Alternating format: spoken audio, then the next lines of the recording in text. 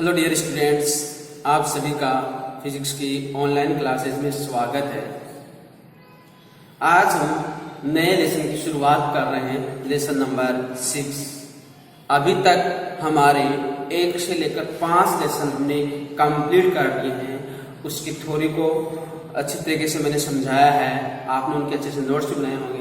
सारे numerical and very short question सबको मैंने अच्छे से करवाया है। तो ये 5 लेसन जिसके तहत हमने 95 वीडियो अपलोड किए हैं, आप सभी इन 5 लेसन्स को अच्छी तरह से समझें, यानी ये अच्छी तरह से आपके लर्न होने चाहिए, तभी हमारे पढ़ाने का जो मकसद है वो सही साबित होगा और हमें अच्छा लगेगा। तो आप वीडियो कंप्लीट वॉच करते रहिए, जो भी डाउट है वो डाउट में बताते रहिए और अपना जो मोटिवेशन है वो हमें प्रदान करें कि इनका फीडबैक हमें मिलता रहे, जो वीडियो हम पोस्ट करें उसका फीडबैक हमें मिलता रहे, ताकि हम अधिक से अधिक स्टूडेंट्स तक पहुंच सके। इसको शेयर एंड सब्सक्राइब भी करते रहिए कि जितना ज़्यादा स्टूडेंट हम पहुंचेंगे उतना ही हमें मोटिवेशन मिलता रहेगा और उतना ही अच्छा हम आगे कर पाएंगे। तो आप अपनी प्रैक्टिस करते रहिए, फिजिक्स को पढ़ते रहिए, समझते रहिए और हम आपको फिजिक्स को बड़े ही आसान तरीके से और बड़ी अच्छी तरीके से समझाने वाले हैं। मेरे द्वारा जो वीडियो आपको पोस्ट की जा रही है, अगर उनको अच्छी तरह से वॉच किया और आपने नोट्स बनाया तो मैं आपको विश्वास दिलाता हूँ कि फिजिक्स में आपको 90+ लाने से कोई नहीं रोक सकता। अब आपकी कैपेबिलिटी कितनी है, आपका पोटेंशियल कितना है, आप कितना अच्छी तरह से समझ पा रहे हैं, ये आप पर डिपेंड करता है। आप 100 आउट ऑफ 100 भी ला सकते हैं, 99 भी ला सकते हैं, वो आप पर डिपेंड करने वाला है। ओके, तो प्रैक्टिस करते रहिए, वही सबसे इंपॉर्टेंट है, और समझते रहिए फिजिक्स को हमारे साथ। चलते हैं आज के लेसन पर, और आज का लेसन काफी इंपॉर्टेंट रहने वाला है। लेसन नंबर 6 है, जिसके अंदर हम विद्युत परिपथ इलेक्ट्रिक सर्किट क्या है इसके बारे में हम डिस्कस करेंगे। लेसन नंबर 5 था, उसके अंदर हमने जो करंट इलेक्ट्रिसिटी विद्युत धारा क्या होती है उसके बारे में डिस्कस किया। मोबिलिटी क्या है, ड्रिफ्ट वेलोसिटी क्या है, रेजिस्टिविटी क्या होती है, ओम का नियम क्या है, सेल क्या है, सेल का कॉम्बिनेशन क्या है, इन सब चीजों को हमने अच्छी तरह से पढ़ लिया। ओके, तो आज हम स्टार्ट करने वाले हैं विद्युत परिपथ। और विद्युत परिपथ के अंदर हम जो महत्वपूर्ण चीज पढ़ने वाले हैं वो है किरचॉफ के लॉ।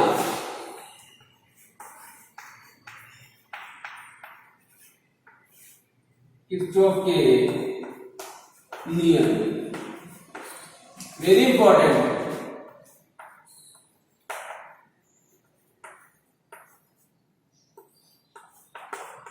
किरचॉफ वेरी इंपॉर्टेंट है, इसका ध्यान रखें।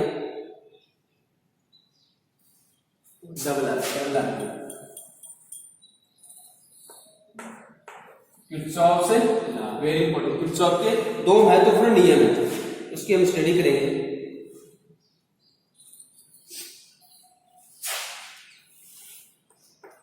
वेरी इंपॉर्टेंट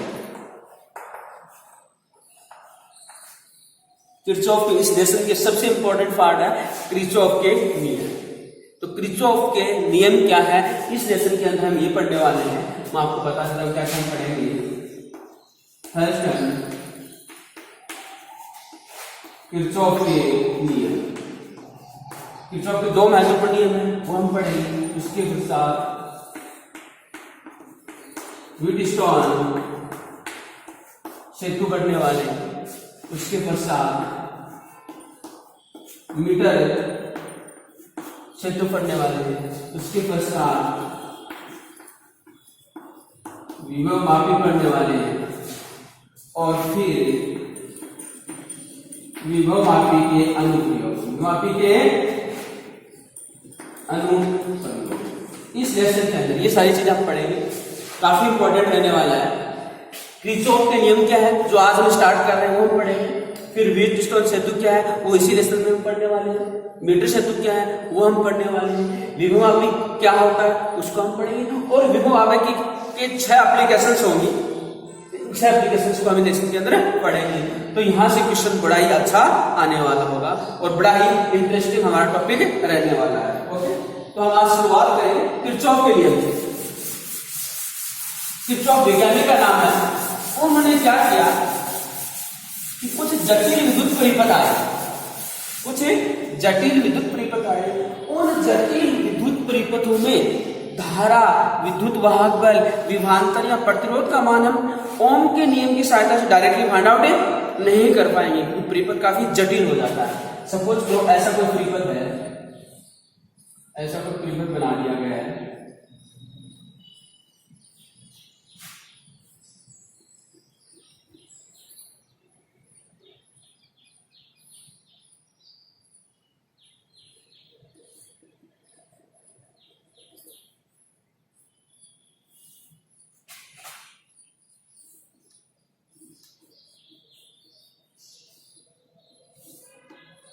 इस प्रकार का परिपथ है बना दिया गया।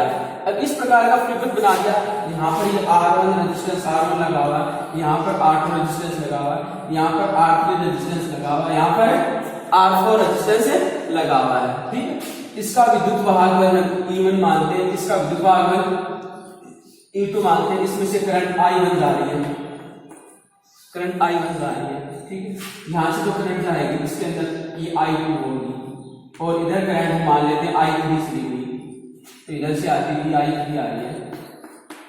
ठीक है, इधर से जाएगी वो I2 जाएगी, और ये मिलकर I1। तो इस प्रकार का एक सर्किट है। ये सर्किट ओम के नियम जो हमने फाइंड आउट किया था, ओम के नियम का हमारा सिंपल था कि अगर इस प्रकार से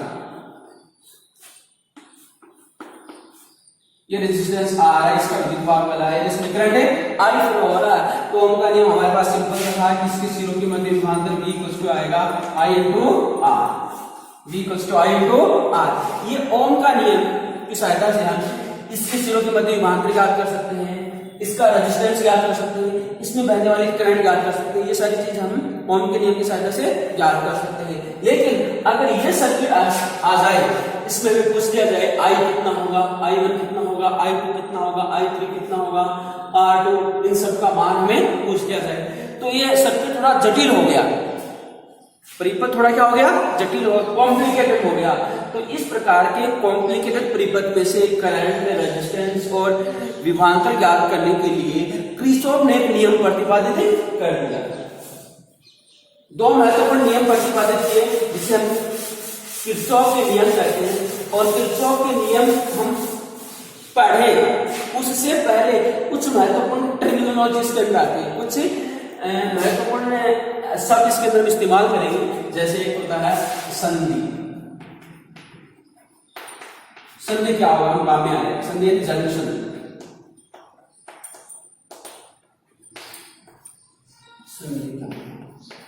तो जो भी विद्युत परिपथ हम बना रहे हैं, जो भी विद्युत परिपथ काम में ले रहे हैं, इस प्रकार का विद्युत परिपथ आ रहा है जो काफी जटिल है, काफी कॉम्प्लिकेटेड है। अब इस प्रकार के विद्युत परिपथ में एक ऐसा बिंदु यहाँ पर मिलेगा, एक भी हो सकता है, ज्यादा भी हो सकते हैं, ऐसा बिंदु आपको मिलेगा जहां पर 2, 3 या 3 से अधिक शाखाएं आकर मिलेंगी, जहां पर 3 या 3 से अधिक शाखाएं आकर मिलती है। जैसे इस बिंदु की बात करूं, ये वाला बिंदु O, इस वाले बिंदु O की बात करें तो बिंदु O पर ये शाखा एक है, ये दूसरी और ये तीसरी, इस बिंदु O पर 3 शाखाएं मिल रही हैं, इसलिए इस बिंदु को हम किस नाम से जानते हैं, ये क्या कहलाएगा, संधि। ये बिंदु क्या कहलाएगा, संधि। यहाँ पर भी संधि बन रही है और यहाँ पर भी संधि बन रही है, ये ओडेस कह रहे हैं, तो ये भी क्या है, संधि, ये भी जंक्शन। तो जंक्शन क्या हुआ, विद्युत परिपथ में ऐसा बिंदु जिस पर 3 या 3 से अधिक शाखाएं मिलती हैं, 3 से ज्यादा भी हो सकती है, 3 या 3 से कम 3 होनी चाहिए, 3 या 3 से अधिक शाखाएं मिलेंगी, तो उस वाले बिंदु को हम किस नाम जानते हैं, वो कहलाएगा जंक्शन या संधि। इसकी परिभाषा लिखो, विद्युत परिपथ में ऐसा बिंदु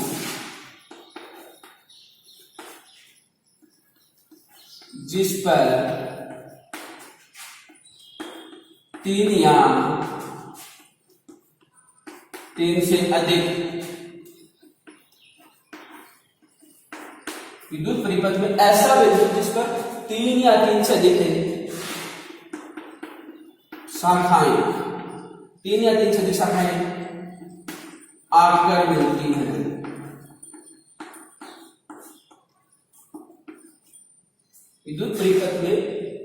परिपथ में ऐसा बिंदु जिस पर 3 या 3 से अधिक शाखाएं आकर मिलती हैं,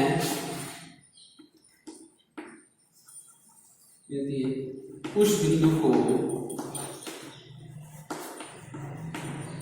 संधि कहते हैं। इसको देखो, संधि जंक्शन, संधि कहते हैं। तो संधि की परिभाषा समझ में आएगी, वो संधि कहलाएगा। जैसे ये O बिंदु है और ये O डैश बिंदु है। O और O डैश क्या है? इस परिपथ में दो संधि है जहां पर 3 शाखाएं, एक शाखा, 2 शाखा और एक तीसरी शाखा आकर मिलती है, तो उसको हम क्या कहेंगे? संधि कहेंगे। ठीक है। एक दूसरा इसमें और आता है लूप।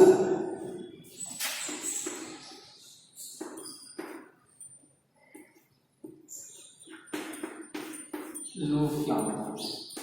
जो विद्युत परिपथ होता है, जैसे ये कॉम्प्लिकेटेड विद्युत परिपथ है, इसके अंदर हम देखते हैं यहां आपका बैटरी जुड़ा हुआ, यहां रेजिस्टेंस जुड़ा हुआ, यहां फिर बैटरी जुड़ा हुआ, यहां रेजिस्टेंस जुड़ा हुआ, यहां रेजिस्टेंस जुड़ा हुआ है। तो एक ऐसा हमने क्लोज पाथ बना लिया विद्युत परिपथ के अंदर, एक ऐसा क्लोज पाथ जिसके अंदर विभिन्न कंपोनेंट्स लगे हुए हैं, प्रतिरोध है, सेल है और अन्य अवयव जुड़े हुए हैं। तो उस क्लोज पाथ को हम क्या कहलाएंगे? वो लूप कहलाएगा। वो क्या कहलाएगा? लूप कहलाएगा।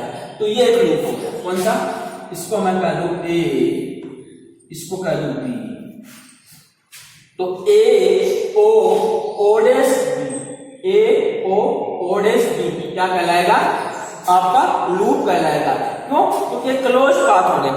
ए से ओ गए, ओ से ओ डैश गए, ओ डैश से बी और बी से वापस ओ, तो ये क्लोज्ड पाथ हो गया। इस क्लोज्ड पाथ को हम क्या कहेंगे? लूप कहेंगे, जिसके अंदर रेजिस्टेंस भी है, बैटरी भी है।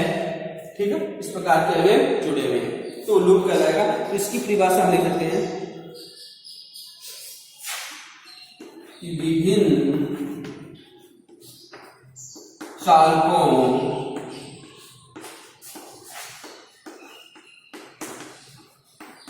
प्रतिरोधों एवं अन्य अवयव, विभिन्न चालकों, प्रतिरोधों एवं अन्य अवयवों से मिलकर, अन्य अवयवों से मिलकर बना बंद विद्युत परिपथ, मिलकर बना बंद विद्युत परिपथ लूप या पास कहलाता है। लूप या पास कहलाता है। तो लूप की परिभाषा है कि विभिन्न चालकों, प्रतिरोधों एवं अन्य अवयव से मिलकर बना बंद परिपथ, बंद विद्युत परिपथ लूप या पास कहलाता है।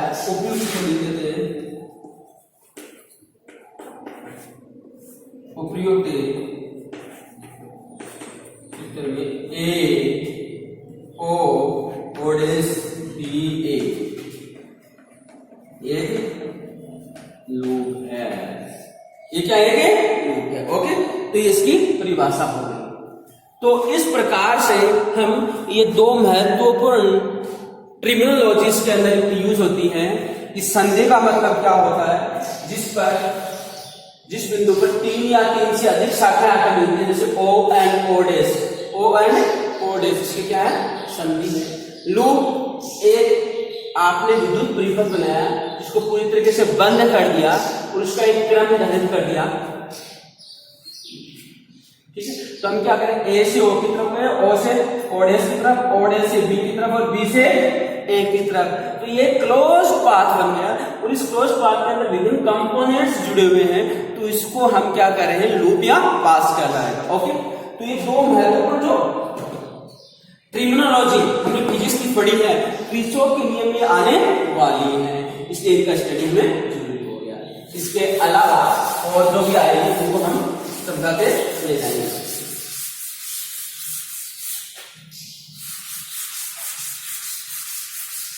तो किरचॉफ के दो महत्वपूर्ण नियम,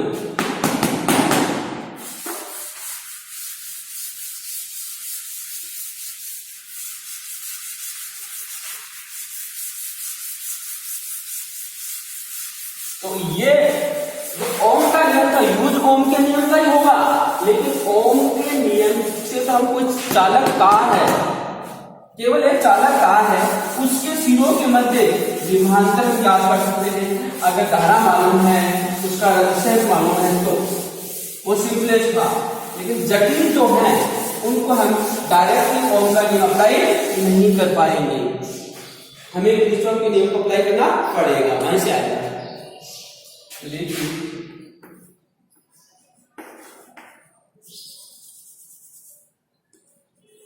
किरचॉफ नियम।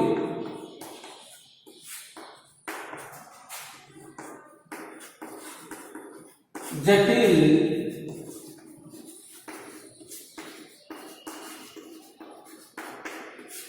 किरचॉफ के जटिल विद्युत परिपथों में धारा विभवांतर तथा प्रतिरोध, धारा विभवांतर तथा प्रतिरोध का मान ज्ञात करने के लिए, का मान ज्ञात करने के लिए, का मान ज्ञात करने के लिए दो महत्वपूर्ण नियम प्रतिपादित, दो महत्वपूर्ण नियम प्रतिपादित किए, जिसे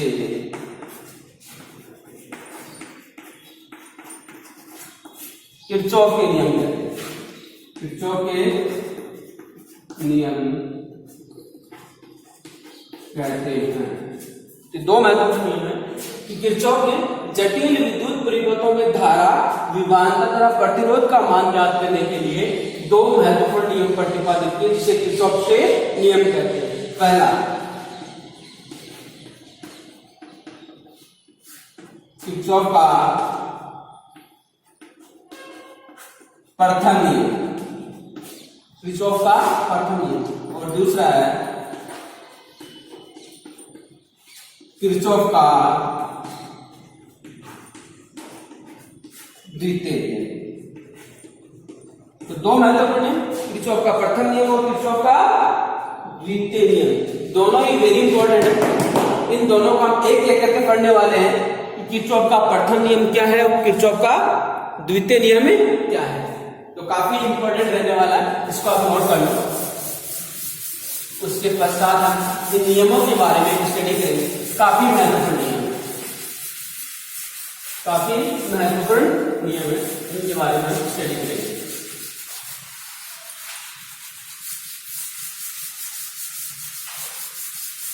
तो शुरुआत करते हैं, और आपसे जो बड़े ही कंसंट्रेट होगा है, जो आपको पढ़ाया जा रहा है उसको समझने का प्रयास करो, उसको जानने का प्रयास करो।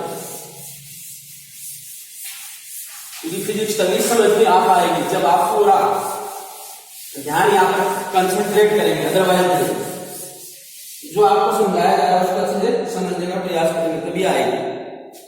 तो देखिए, पहला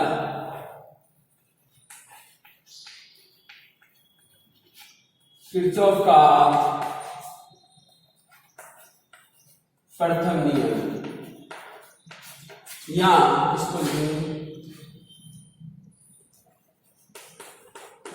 धारा नियम, या इसको हम बोलेंगे संधि नियम। ठीक है, किरचॉफ के प्रथम नियम के तीन नाम है। किरचॉफ का प्रथम नियम, धारा नियम या संधि नियम। इसको लिखते हैं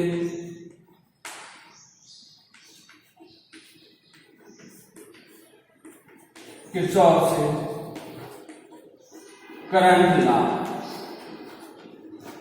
किरचॉफ करंट लॉ, इसको बोला जाता है केसीएल, इसका short name KCL, KCL Kirchhoff current law, KCL Kirchhoff current law, ये नियम तो काफी महत्वपूर्ण, ध्यान से, बड़ा सिंपल सा है, कुछ नहीं इस नियम के अंदर। आप अगर इसको हम देखेंगे, इसको आपको समझाएंगे तो आपको लगेगा सबसे इजी, बहुत इजी।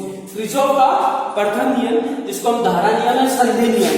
संधि क्या होती है हम पढ़ चुके हैं, संधि क्या होती है इससे पहले हमें पढ़ चुके हैं। तो देखिए यहाँ पर एक संधि बना, एक संधि, और यहां से देखिए संधि बनाते हैं। ओके ओके,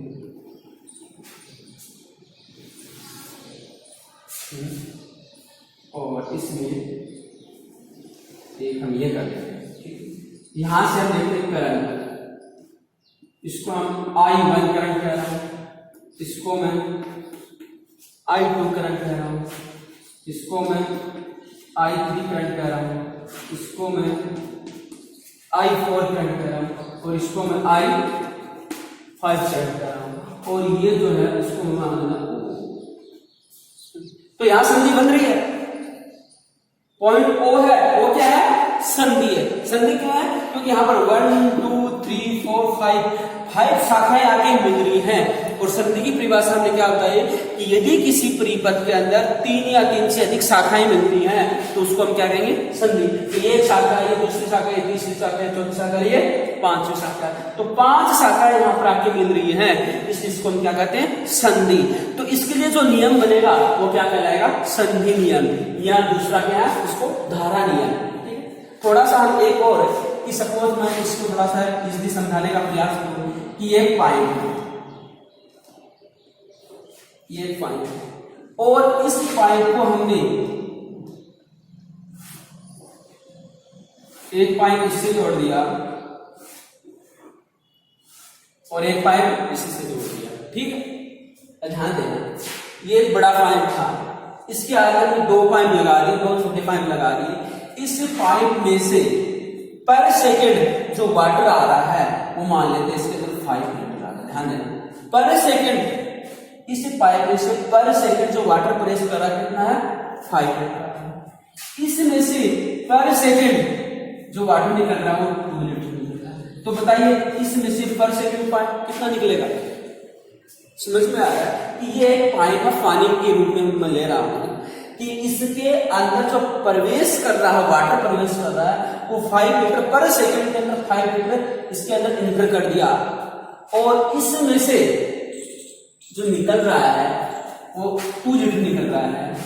तो इसमें से कितना निकलेगा, इसमें से 2 लीटर गया, इसमें से कितना निकलेगा। तो हमें पता है इसके अंदर जो निकलने वाला जो वाटर का अमाउंट होगा वो कितना आएगा 5 - 2 = 3 लीटर, यानी इसमें से 3 लीटर होगा, इसमें से 3 लीटर। ऐसा हो नहीं सकता कि इसमें से 5 लीटर आए, इसमें से 5 लीटर आए, इसमें 2 लीटर हो और इसमें से 1 लीटर। तो आप देखेंगे कि इधर से तो 5 पर सेकंड 5 लीटर आ रहा है, इधर से 2 जा रहा है, इधर से 1 जाएगा तो 3 आया, 5 था गया 3, 2 कहां गया, 2 कहां गया, वो यहां स्टोर नहीं हो सकता, वो यहाँ पर एकत्रित नहीं हो सकता, उसे जाना ही पड़ेगा। तो इधर से 2 है तो यहाँ से 3 है, और यदि इसमें से 3 है तो यहाँ से 2 होगा। तो कहने का मतलब हुआ कि पर सेकंड इस पाइप में से जितना वाटर इंटर हो रहा है पर सेकंड उतना ही वाटर इसमें से निकलेगा, जितना इंटर होगा उतना ही उसमें से निकलेगा भी। तो यहाँ 2 निकला तो यहाँ पर 3 निकलेगा, या यहाँ 3 निकला तो यहाँ पर 2 निकलेगा। तो यही नियम इस पर लागू होता है, संधि पर लागू होता है। इलेक्ट्रिक जो सर्किट है उसके अंदर किसी संधि पर लागू होता है। और वो क्या कह रहा है कि अगर इसको मैं वाटर की जगह इसको मैं कंडक्टर मान लूं और इसके अंदर 5 एम्पियर करंट फ्लो हो रहा है, इसके अंदर 5 एम्पियर करंट फ्लो हो रहा है और इसमें 2 एम्पियर है, तो इसमें से कितना होगा 3 एम्पियर। कहने का मतलब 5 ampere equals to 2 ampere, 2 ampere plus 3 ampere. ये क्या था इंटर करने वाला करंट, ये इंटर करने वाला करंट था, ये आपका संधि बन गया, ये आपका संधि बन गया। तो ये इंटर करने वाला करंट था और ये आउट होने वाला करंट था। तो इनकमिंग करंट यानी प्रवेश करने वाली धारा और बाहर निकलने वाली धारा आपस में क्या होगी बराबर होगी। प्रवेश करने वाली धारा और बाहर निकलने वाली धारा आपस में क्या होगी बराबर होगी। याद है इसको लिखिए 5 एम्पियर, ये भी 5 एम्पियर है, इसको इधर ले आऊं 5 एम्पियर इक्वल्स टू क्या होगा, क्या हो गया, इसका मतलब हुआ इसके अंदर प्रवेश करने वाली और बाहर निकलने वाली धाराओं का योग है वो सदैव क्या होगा, 0 होगा, सदैव क्या होगा, 0 होगा। इसको मैं लिख सकता हूं सिग्मा आई इक्वल्स टू 0, इसको क्या लिख सकता हूं, sigma I equals to 0। Sigma I क्या है, ये चीज है, टोटल करंट का सम, टोटल करंट का सम है, वो किसके बराबर आ रहा है, 0 के बराबर है। और यही किरचॉफ का प्रथम नियम है, धारा नियम है या संधि नियम है। संधि नियम को क्योंकि किसी संधि की बात हो रही है, धारा नियम को क्योंकि धारा के लिए है, इसलिए इसको धारा नियम भी कह सकते हैं या संधि नियम भी कह सकते हैं। तो अब आपके समझ में आया होगा कि संधि नियम क्या है इस एग्जाम्पल के द्वारा, कि किसी ये संधि मानी तो किसी संधि में मिलने वाली धाराओं का योग, किसी संधि में मिलने वाली धाराओं का योग तो उस संधि से बाहर जाने वाली धाराओं के योग के बराबर होता है। या दूसरे शब्दों में कहें तो किसी संधि पर जो धाराओं का, समस्त धाराओं का योग आएगा, बीजगणित योग, वो क्या आएगा, 0 आएगा। समस्त धाराओं का बीजगणित योग क्या आएगा, 0 आएगा। यही किरचॉफ का फर्स्ट नियम है, इसको हम अब लिख लेते हैं। तो वेरी इंपॉर्टेंट नियम है, आपके समझ में आया होगा, बहुत शानदार नियम है, इंटरेस्टिंग है और बहुत काम में आने वाला है, बहुत ही काम में आने वाला है। वैसे इस नियम से आप पहले से परिचित थे, इसलिए कोई नया नियम नहीं है। तो देखिए इस नियम के अनुसार लिखना शुरू कीजिए, इस नियम के अनुसार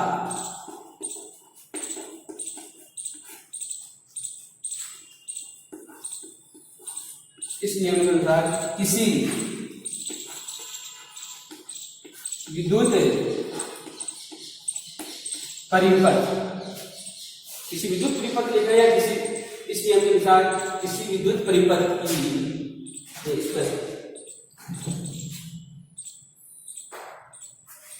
इस नियम के अनुसार किसी विद्युत परिपथ छोड़ दो, इस नियम के अनुसार किसी संधि पर, किसी संधि पर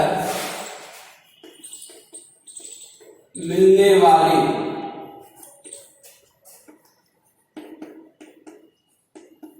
धाराओं का, किसी संधि पर मिलने वाली धाराओं का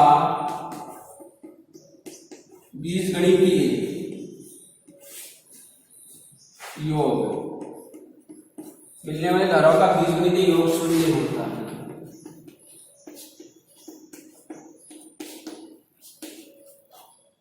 इस नियम के अनुसार किसी संधि पर मिलने वाली धाराओं का बीजगणितीय योग 0 होता है। में बंद, यही नियम। इस नियम के अनुसार किसी संधि की बात करें, किसी संधि पर मिलने वाली धाराओं का बीजगणितीय योग 0 होता है, अर्थात बीजगणितीय योग अर्थात sigma I equals to 0। This is the equation number 1, sigma equals to 0, याद रखना। दूसरा समझ में आया, इस संधि पर मिलने वाली धाराओं का बीजगणितीय योग 0 होगा। दूसरा इसमें ध्यान रखना है कि संधि के अंदर प्रवेश करने वाली धाराओं, संधि के अंदर प्रवेश करने वाली धाराओं को हम धनात्मक लेंगे। ये धारा अंदर प्रवेश करिए, ये धारा अंदर प्रवेश करिए और ये धारा अंदर प्रवेश करिए, तो इसको हम धनात्मक लेंगे। और संधि से बाहर निकल रही, ये धारा बाहर निकल रही है, ये धारा बाहर निकल रही है, उसको हम ऋणात्मक लेंगे। इसमें ध्यान रखना है कि संधि की तरफ प्रवेश करने वाली धारा पॉजिटिव और संधि से बाहर जाने वाली धारा नेगेटिव लेंगे।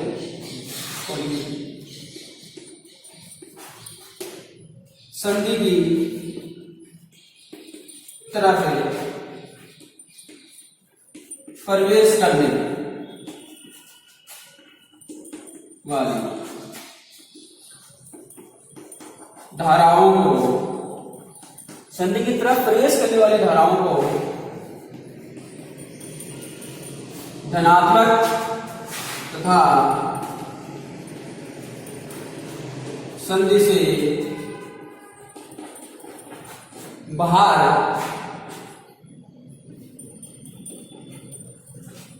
निकलने वाली धाराओं को, संधि से बाहर निकलने वाली धाराओं को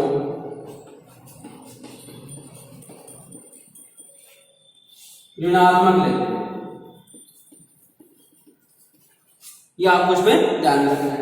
इस संधि की तरफ प्रवेश करने वाली धारा को धनात्मक और संधि से बाहर निकलने वाली धाराओं को हमें ऋणात्मक लेते हैं। तो ये हमें मालूम होना चाहिए। तो इसको नोट कर लीजिए। संधि नियम, किसी संधि पर मिलने वाली धाराओं का बीजगणित योग शून्य होता है, सिग्मा इक्वल्स टू 0 होगा। अब हम संधि की तरफ जो प्रवेश करेंगे उनकी धाराओं को धनात्मक और संधि से बाहर जाने वाली धाराओं को ऋणात्मक लेते हैं। है आगे चलते, इसको मिटा देता हूं, आगे बढ़ते हैं इसके ऊपर और इसको समझते हैं अच्छे से। तो सिंपल सा है, बड़ा आसान सा है।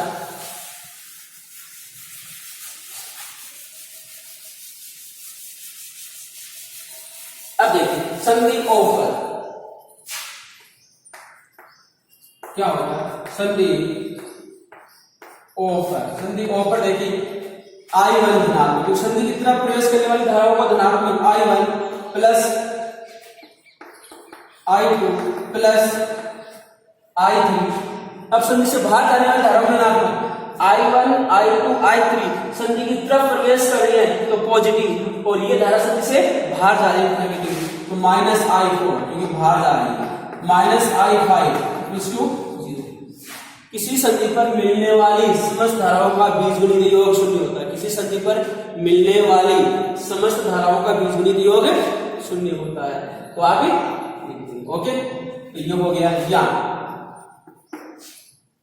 अब देखिए I1 plus I2 plus I3 equals to घर ले लो I4 प्लस I5 या इसको हम क्या लिख सकते हैं सिग्मा आई, देख सकता हूं सिग्मा आई प्रवेश करने वाली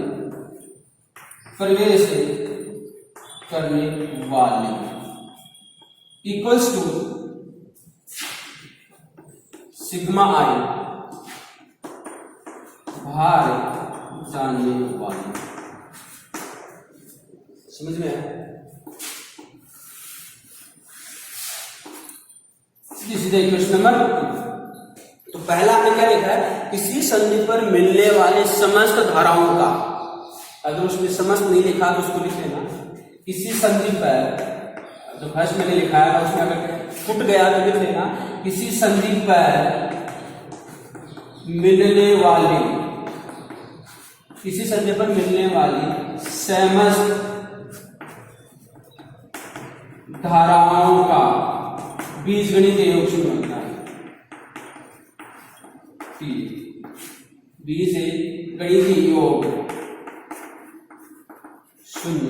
पहले जो मैंने लिखा था उसको इस रूप में लिखना है कि किसी संधि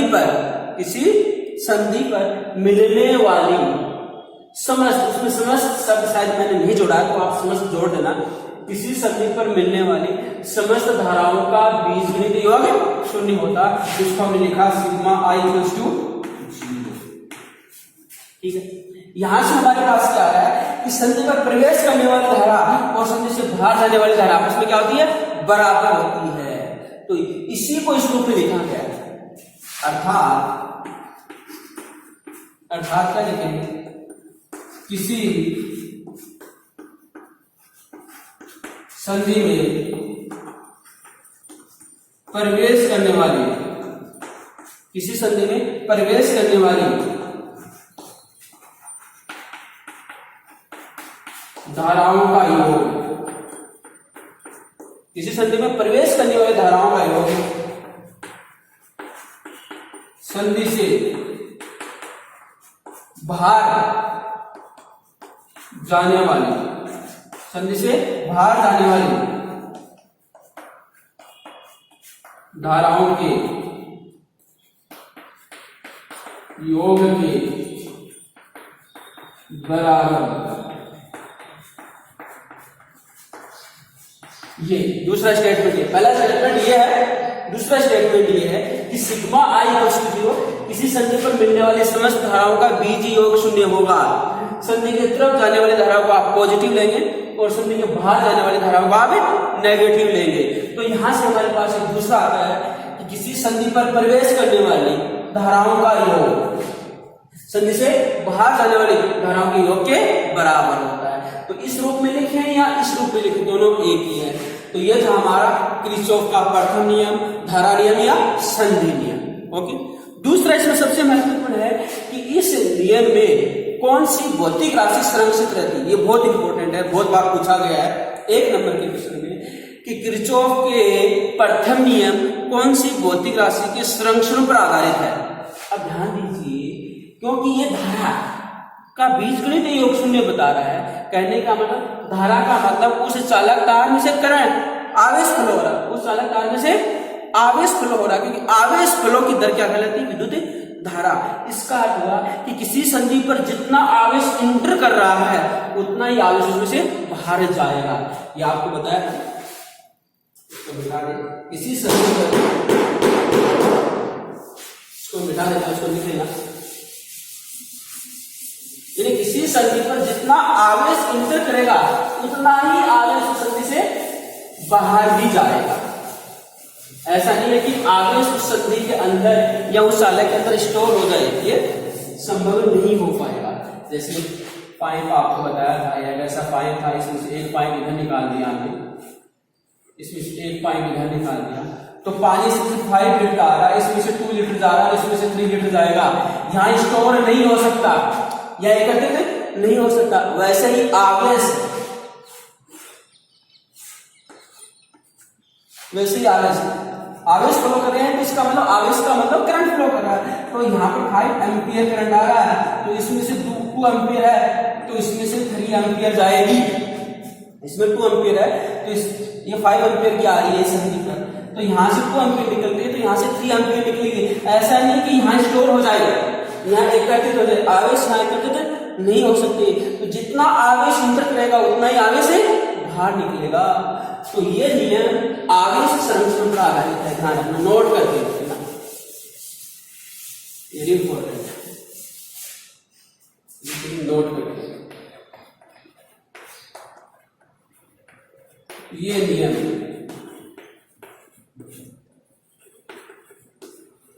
आवेश संरक्षण पर आधारित है, आवेश संरक्षण पर आधारित है। क्यों? क्योंकि आवेश को न तो उत्पन्न किया जा सकता और न ही नष्ट किया जा सकता है। करंट का मतलब आवेश ने मूव करना शुरू कर दिया, जितना आवेश था वो मूव करना शुरू कर देगा, गया वापस आया, गया वापस आया, गया वापस आया, तो उसके अंदर आवेश कांस्टेंट रहेगा। और आवेश कांस्टेंट है तो इससे पता चलेगा वो करंट फ्लो हो रहा है। इसलिए करंट, इसके अंदर जितना करंट है, करंट शून्य है, इसका मतलब टोटल चार्ज इसके अंदर क्या रहेगा, कंजर्व रहेगा। तो ये आवेश संरक्षण पर आधारित है। ठीक है, कहिए कहीं कोई डाउट आपको नहीं लगेगा।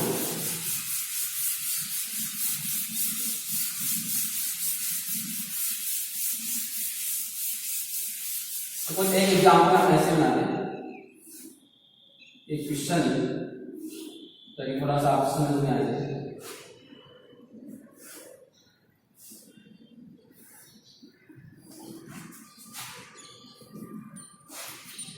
टू एम्पियर धारा इसमें से आ रही है, 3 एम्पियर धारा इसमें से आ रही है।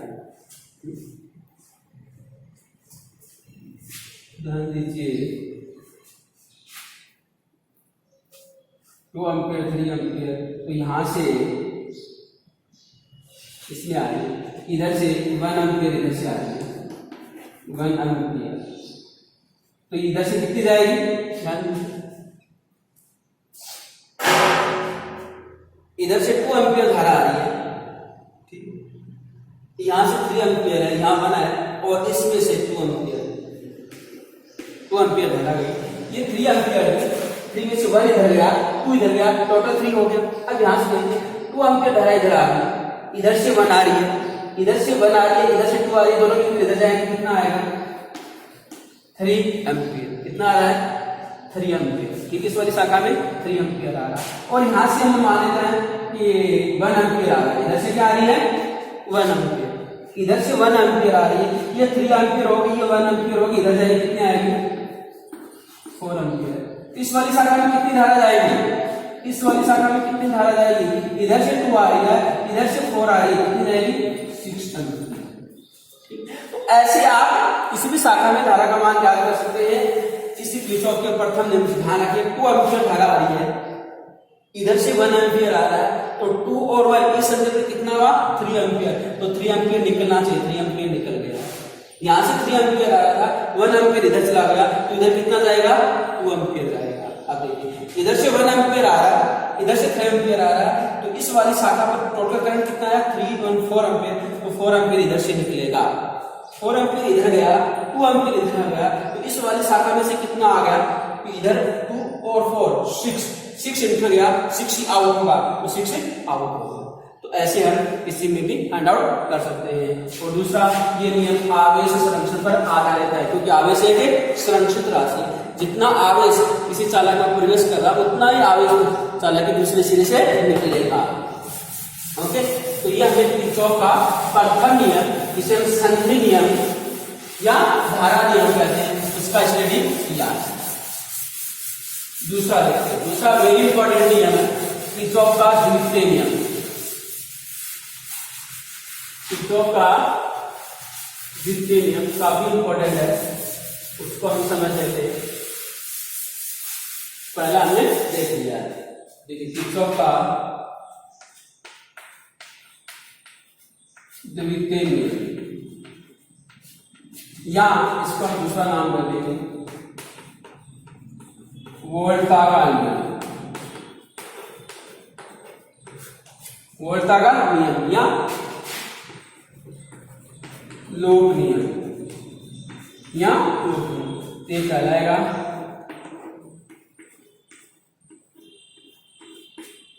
Kirchhoff voltage law. Kirchhoff voltage law, इसका शॉर्ट फॉर्म है KVL, वो था KCL, किरचॉफ करंट लॉ।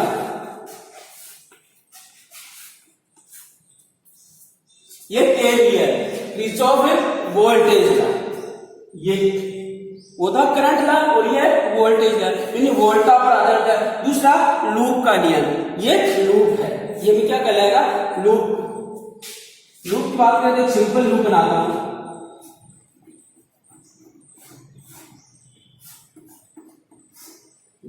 ये सेल का विद्युत वाहक E है और ये रेजिस्टेंस R है, इसका इंटरनल रेजिस्टेंस 0 है, कोई इंटरनल रेजिस्टेंस नहीं, R इक्वल्स टू 0, इसका इंटरनल रेजिस्टेंस 0 है। इसका मतलब हुआ इस सेल को जो वर्क करना पड़ेगा वो सिर्फ एंड सिर्फ तार के सिरों के मध्य वर्क करना पड़ेगा, और उसमें करंट I है, इसमें करंट I है। तो ये पूरा बंद लूप हो गया, इसको मैं कहूं ABCD, ये पूरा बंद लूप हो गया। तो इसको कितना वर्क करना पड़ेगा, कितना कार्य करना पड़ेगा, क्योंकि जितना इसके सिरों पर विभवांतर है वो सारा का सारा इस पर ड्रॉप हो जाएगा, सिर्फ इसके विरुद्ध इसको कार्य करना पड़ रहा है। इसके लिए क्या आएगा E equals to IR, E equals to IR, क्या आ रहा है E equals to IR। E क्या है, ये पूरा बंद लूप है ABCDA, ये बंद लूप हो गया,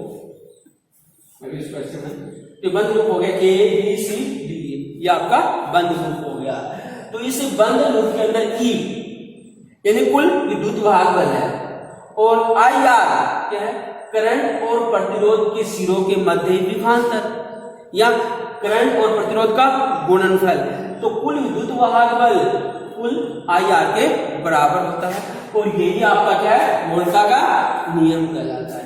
तो इसके अंदर हमें क्या करना पड़ेगा, लूप बनाना पड़ेगा। लूप कैसा होगा, बंद होगा।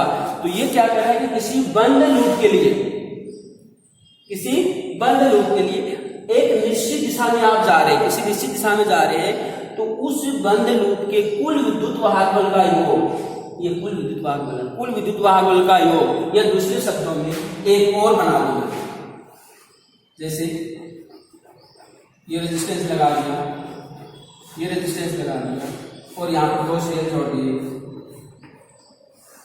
ठीक, इसका विद्युत वाहक बल, इसका विद्युत वाहक बल, ये R1 और ये R2, इंटरनल रेजिस्टेंस 0, इसका भी 0 है, इसका भी 0 है। तो यहाँ पर कोई करंट इसमें से नहीं लॉस नहीं होने वाला है, कोई कार्य यहाँ पर नहीं होने वाला है। अब करंट जाएगा I, ठीक, यहाँ पर करंट जाएगा I, कोई करंट सेम आएगा, आई, और ये आई इसके अंदर एंटर हो रहा है, यहाँ इतना अगर उतना ही एंटर हो गया। तो इसके लिए हम फाइंड आउट करना चाहते हैं कि इन दोनों का विद्युत वाहक बल, क्योंकि दोनों श्रेणी क्रम में जुड़े हुए हैं, इन दोनों का विद्युत वाहक बल इन पर ड्रॉप हो रहा है, इन पर ड्रॉप हो रहा है। और कैसे? कुल विद्युत वाहक बल क्या आएगा? E1 plus E2 equals to, यहाँ पर करंट आई है, आई R1 capital I R1 plus I R2, इसके रूप में ड्रॉप हो रहा है। तो ये कुल विद्युत वाहक बल,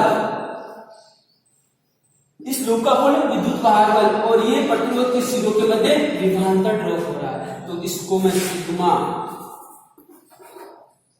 E कह सकता हूं, और इसको सिग्मा I R कह सकता हूं। ये ही किरचॉफ का वोल्टा का नियम है। तो किरचॉफ का वोल्टा का नियम क्या है कि जिस बंद लूप की आप बात कर रहे हैं, जिसे बंद लूप की बात कर रहे हैं, उस बंद लूप के अंदर कुल विद्युत वाहक बल, उस बंद लूप के अंदर कुल विद्युत वाहक बल का जो मान आएगा वो कुल वोल्ट यानी कुल प्रतिरोध के सिरों के मध्य जो विभवांतर है उसके बराबर होगा। इसे हम किरचॉफ का वोल्टेज का नियम कहते हैं, क्योंकि वोल्टा पर डिपेंड है, वोल्टा पर आधारित है। ओके, तो इसको हम लिख लेते हैं कि क्या नियम है, काफी इंपॉर्टेंट है, बहुत जगह काम में आने वाला है, इसको समझना बहुत ही जरूरी है। एग्जाम्पल के माध्यम से हम इसको और समझने का प्रयास करेंगे। इसको पहले लिख लेते हैं इस नियम के अनुसार, पहले इस नियम के अनुसार किसी बंद लूप में, इस नियम के अनुसार किसी बंद लूप में निश्चित दिशा, इस नियम के अनुसार किसी बंद लूप में निश्चित दिशा में चलते हुए, निश्चित दिशा में चलते हुए धारा तथा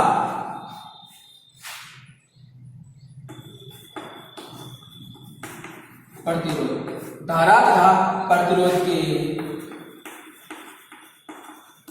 गुणनफल का योग, धारा तथा प्रतिरोध के गुणनफल का योग उस बंद लूप में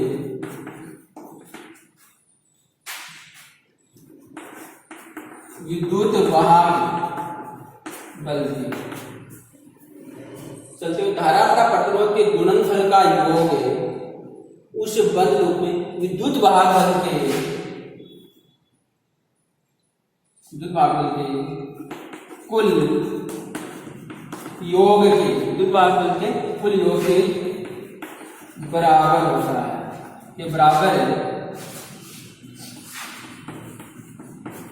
होता है। ये वेरी इंपॉर्टेंट है, इसको आप ध्यान में रखेंगे।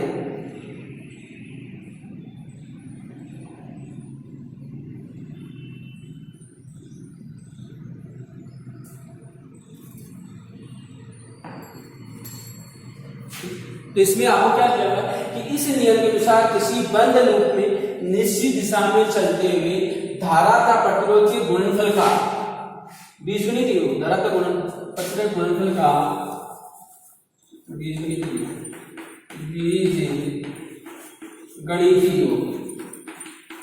धारा का गुणनफल का बीजगणित योग उस बंद लूप में विद्युत वाहक बल के बीजगणित योग के बराबर है। विद्युत वाहक बल के यहां पर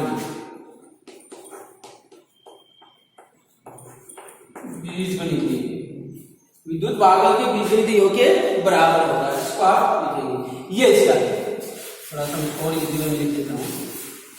विद्युत वाहक बल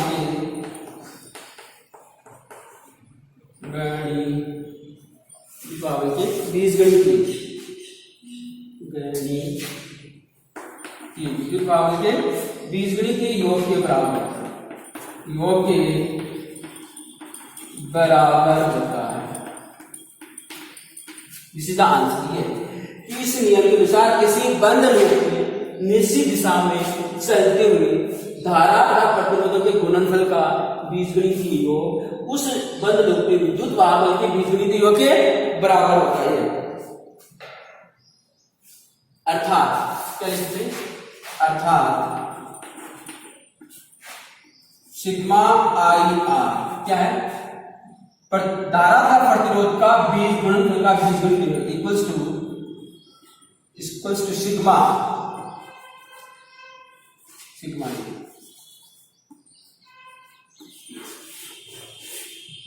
ये आएगा। ठीक है, कि आई आर किसके बराबर होगा, सिग्मा ई के बराबर, या दूसरे या किसी बंद लूप में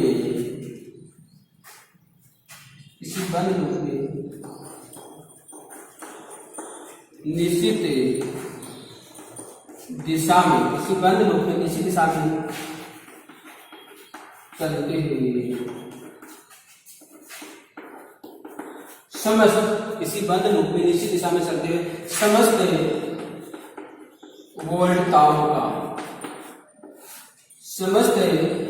वोल्टाओं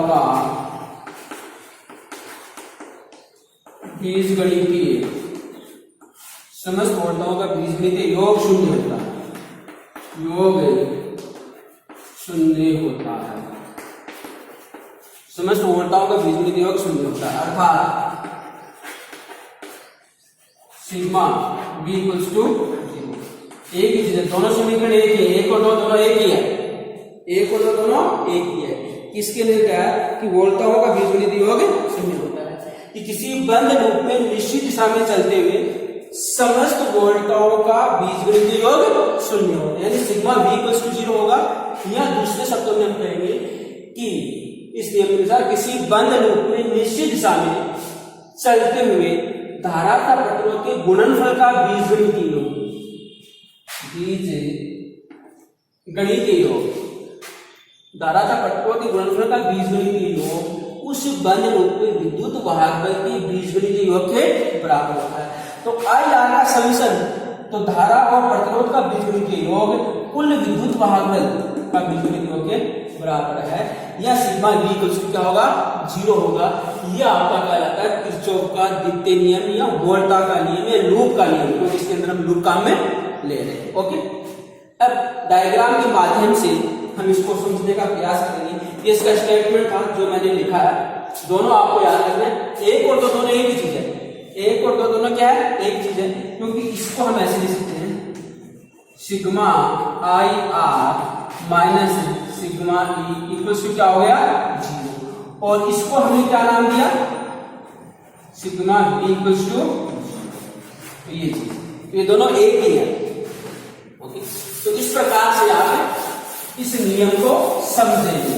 ये तो मैंने इसका स्टेटमेंट दिखाया है, अब थोड़ा इसका डायग्राम के माध्यम से इसको समझने का प्रयास करेंगे किस प्रकार से इसका करेंगे, इसका समीकरण कैसे बनाएंगे वो ज्यादा इंपॉर्टेंट है।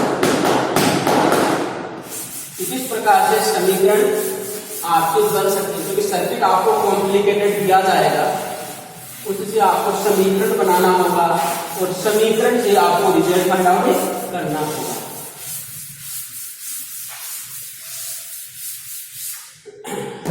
पहले हम चिन्ह परिपाटी काम में देंगे कि इसमें लिखा ना बीजगणितीय योग, बीजगणितीय योग मतलब प्लस कहां पर आएगा और माइनस कहां पर आएगा। जैसे हमने संधि की बात की कि संधि के अंदर प्रवेश करने वाली धारा को धनात्मक और संधि से बाहर जाने वाली धारा को ऋणात्मक लेंगे तो उनका बीजगणितीय योग शून्य आएगा।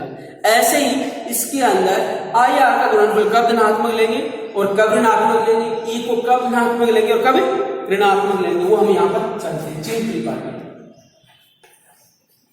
ये अच्छी से समझ लेना है चिन्ह परिपाटी। फर्स्ट ये रेजिस्टेंस का आर और करंट इसके अंदर आई, करंट इसके अंदर आई। तो ध्यान रखें कि करंट जिस डायरेक्शन में जा रही है आपने चलने की दिशा भी वो ही है, मैंने सब जगह चलने की दिशा,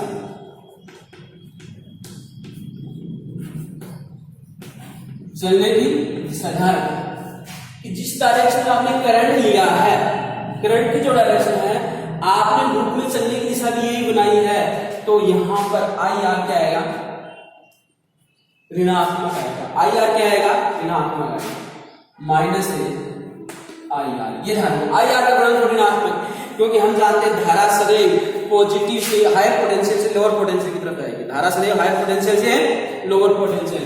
तो ये पोटेंशियल हाई है, ये पोटेंशियल लोअर है, तो पोटेंशियल ड्रॉप हो गया, पोटेंशियल डिक्रीज हो गया। दूसरे शब्दों में आप ऐसे ध्यान रखेंगे कि धारा हमेशा हायर पोटेंशियल से लोअर पोटेंशियल की तरफ जाती है, इसको हायर पोटेंशियल से लोअर पोटेंशियल की तरफ चलती है। इसका मतलब ये इसका हायर पोटेंशियल है, ये इसका लोअर पोटेंशियल है, तो ये उच्च से निम्न की तरफ गई तो पोटेंशियल ड्रॉप यानी पोटेंशियल डिक्रीज हुआ। तो जब पोटेंशियल डिक्रीज होता है तो आई आर गुणनफल नेगेटिव। तो कैसे भी आप ध्यान रखना कि धारा के चलने की दिशा में, धारा के चलने की दिशा में आई आर के लेंगे, धारा जिस दिशा में जा रही है उसी दिशा में आप चल रहे हैं तो आई आर क्या लेंगे, नेगेटिव। इसको मैं धारा के चलने की दिशा में, इसको धारा के चलने की दिशा,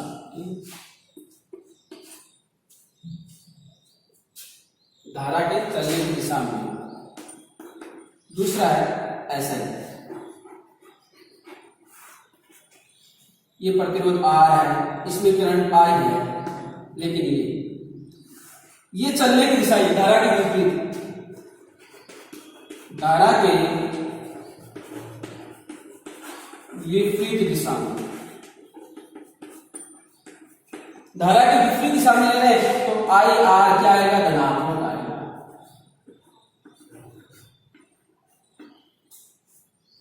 यहां पर क्या लेंगे, आई आर ऋणात्मक, यहां पर आई आर धारा के चलने की दिशा में क्या लेंगे, धनात्मक, सॉरी ये धनात्मक, ये ऋणात्मक। धारा के विपरीत चलने में आई आर क्या लेंगे, धनात्मक। समझ में आ रहा है, दोनों चीज समझना है कि करंट जिस दिशा में फ्लो हो रहा है, अगर आपने अपने लूप को भी उसी डायरेक्शन में बना लिया, चलने की दिशा उसी दिशा बना ली, इस दिशा में आप करंट जा रहा है, इसी दिशा में आपने लूप की दिशा बना ली तो आई आर मिल जाएगा, नेगेटिव आएगा।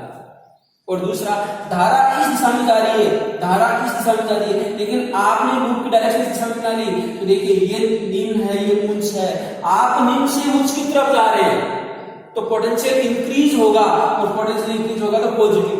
यहां आप उच्च से निम्न जा रहे हैं, पोटेंशियल डिक्रीज हो गया तो नेगेटिव आ गया। तीसरा देखिए,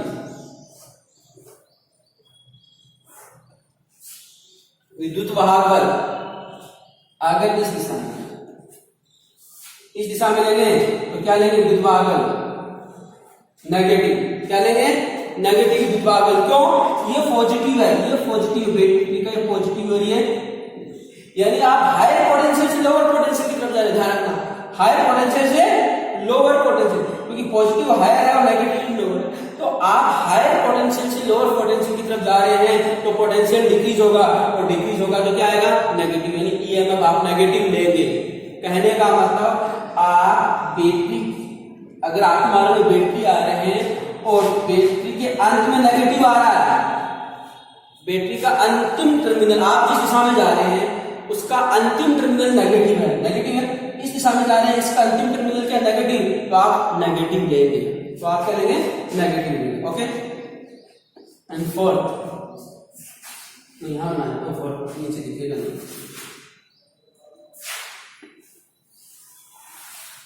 फोर्थ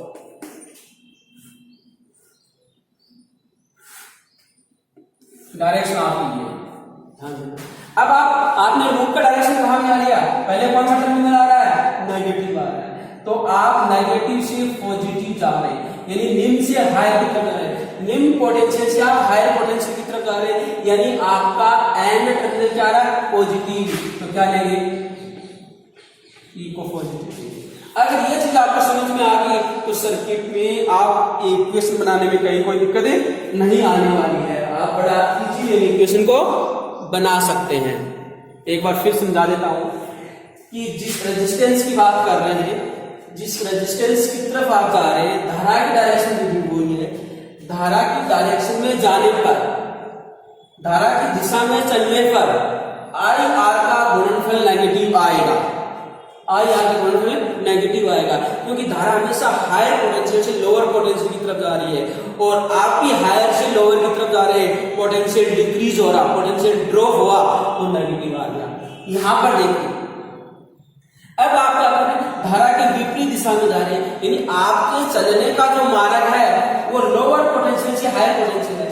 यहाँ पर लोअर पोटेंशियल और यहाँ पर हायर पोटेंशियल, तो पोटेंशियल इंक्रीज हुआ, पोटेंशियल इंक्रीज हुआ तो आई आर का गुणनफल क्या आ गया, पॉजिटिव आ गया। ध्यान रखना, धारा के चलने की दिशा में potential decrease, I R negative, धारा के विपरीत चलने की दिशा में potential increase, I R positive आ गया। अब विद्युत वाहक और बैटरी की बात करें, जिस दिशा में जा रहे हैं बैटरी का अंतिम टर्मिनल नेगेटिव आए, जिस दिशा में आप जा रहे हैं बैटरी का अंतिम टर्मिनल नेगेटिव है तो विद्युत वाहक में नेगेटिव ले लीजिए, यानी पहले पॉजिटिव आ गया और फिर नेगेटिव, तो हायर से लोअर गया, पोटेंशियल डिक्रीज हुआ नेगेटिव, और आप जिस दिशा में जा रहे हैं बैटरी का अंतिम टर्मिनल पॉजिटिव आ गया तो पॉजिटिव के लिए पॉजिटिव। बैटरी के लिए तो ध्यान में रखना कि उसका अंतिम टर्मिनल जो है ए का साइन वही होगा, जिस दिशा में जा रहे हैं उस दिशा में बैटरी का अंतिम टर्मिनल जो है ई वही होगा। अंतिम टर्मिनल पॉजिटिव पॉजिटिव, अंतिम टर्मिनल नेगेटिव नेगेटिव, तो वेरी सिंपल है याद रखना। अब देखिए हम इक्वेशन कैसे बनाएं, अगर आपको दिया हुआ है तो उससे हम कैसे इक्वेशन बना सकते हैं। सपोज एक ऐसा दिया हुआ है, ध्यान से समझ लीजिए, सर्किट डायग्राम बताता हूं, इस प्रकार से है।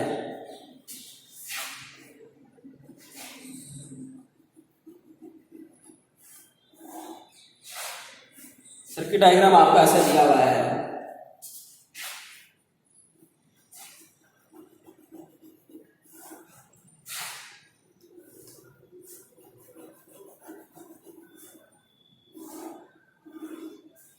ठीक है, इस प्रकार का आपको सर्किट डायग्राम दिया हुआ है। दिस इज द विद्युत वाहक E1, इसका resistance R1, this is the विद्युत वाहक E2, इसका रेजिस्टेंस R2 और इसका रेजिस्टेंस R3। इसमें से करंट I1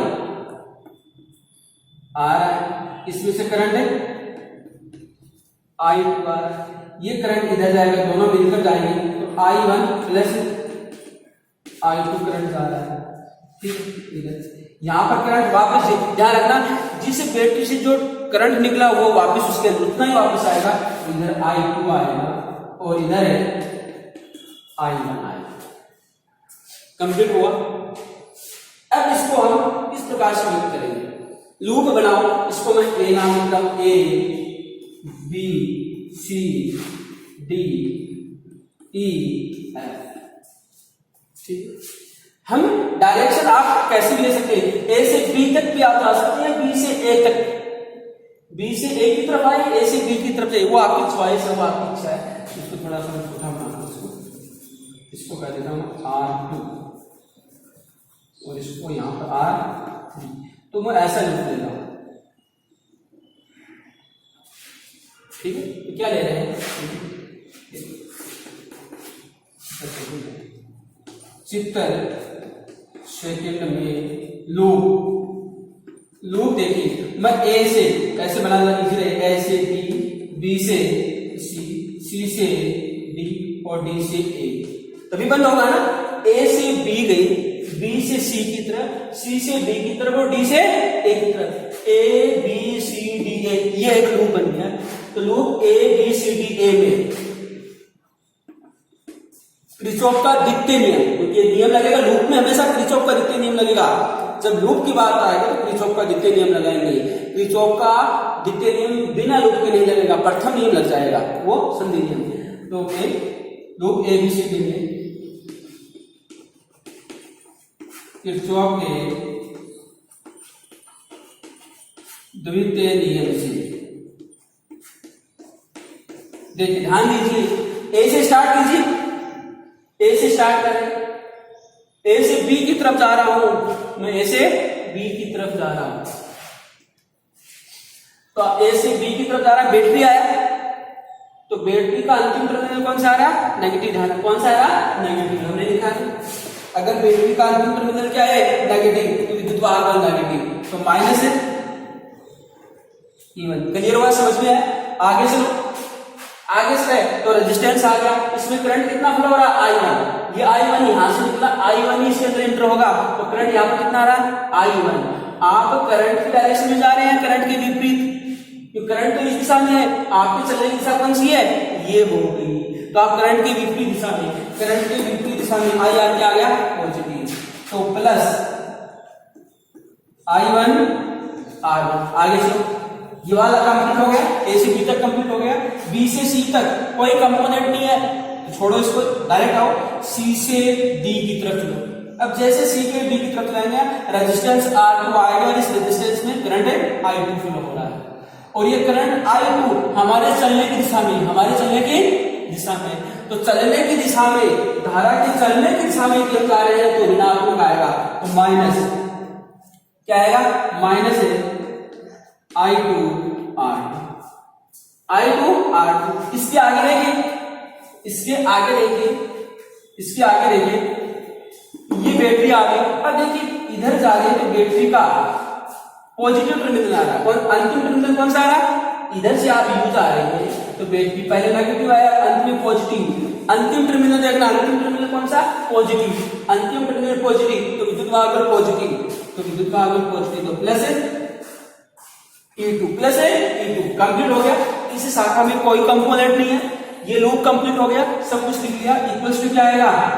जीरो। हमारा ये था कि किसी विद्युत परिपथ के बंद लूप में निश्चित दिशा में जाते हुए IR और E का कुल जो योग आएगा वो क्या आएगा? जीरो आएगा, कुल योग क्या आ रहा है? जीरो आ रहा है, तो ये जीरो हमने दूसरा लिखा, ठीक है। अब इसको थोड़ा सिंप्लीफाई कर देंगे, E1 नेगेटिव है, E2 पॉजिटिव है, तो इसको लिख सकता हूं मैं E2 माइनस E1, ये बराबर करना चाहिए, इक्वल्स टू, कैसे भी आप करना चाहिए, तो इसको इधर ले जाएंगे, तो E2 को इधर ले जाएंगे, नहीं चलो, हाँ पूरा पूरा E2 माइनस E1, इसको इधर आएगा, इन सबको उधर लेके जाएंगे, तो I2 नेगेटिव, I2 पॉजिटिव हो जाएगा, I2 R2 minus I1 R1। या कैसे भी समीकरण ये भी बना दो, कैसे बना दिए, देखो या ये देखो, इससे कोई फर्क नहीं पड़ने वाला, आपका समीकरण बन गया है, आपका समीकरण ये बन गया है,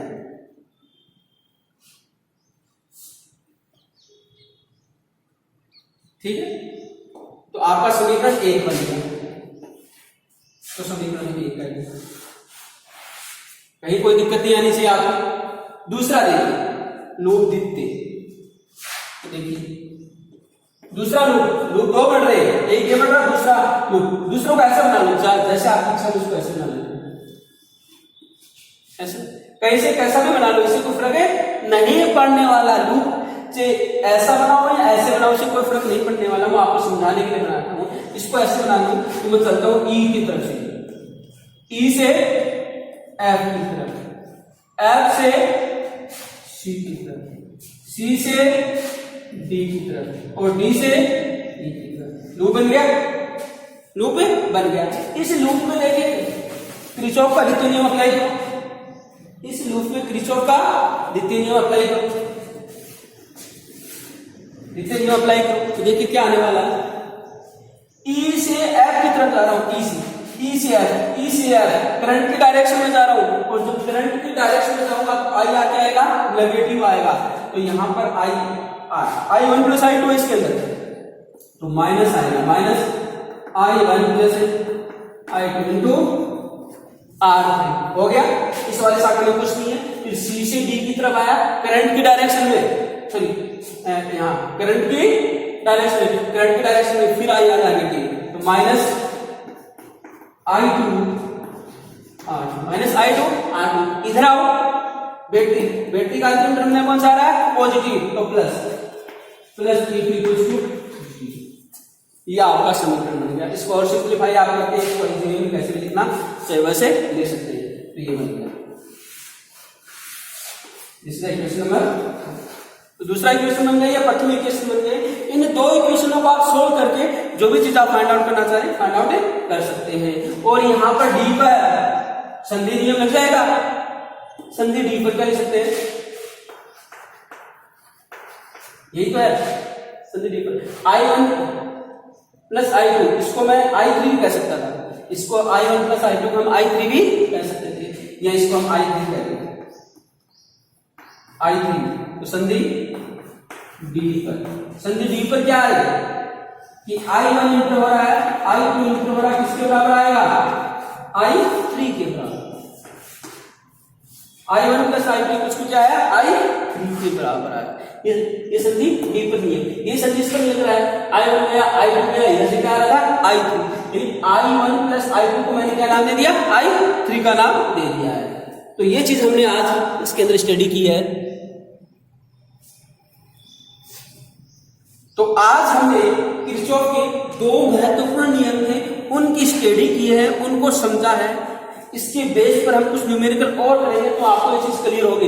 लेकिन ध्यान में रखना किरचॉफ का प्रथम नियम संधि नियम है, जो हमें बताता है किसी संधि पर मिलने वाली समस्त धाराओं का बीजगणित योग शून्य होता है। अर्थात संधि के अंदर प्रवेश करने वाली धारा को पॉजिटिव और संधि से बाहर जाने वाली धाराओं का नेगेटिव लेंगे।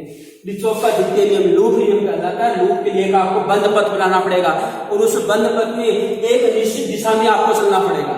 आप ऐसे जा सकते हो, क्लॉकवाइज जा सकते हो या एंटी क्लॉकवाइज, वो आपकी इच्छा है। लेकिन उसमें क्या ध्यान रखना है कि किसी लूप में आई आर का गुणनफल और विद्युत वाहक बल का गुणनफल का जो योग आएगा वो 0 आएगा। वो क्या आएगा 0 आएगा।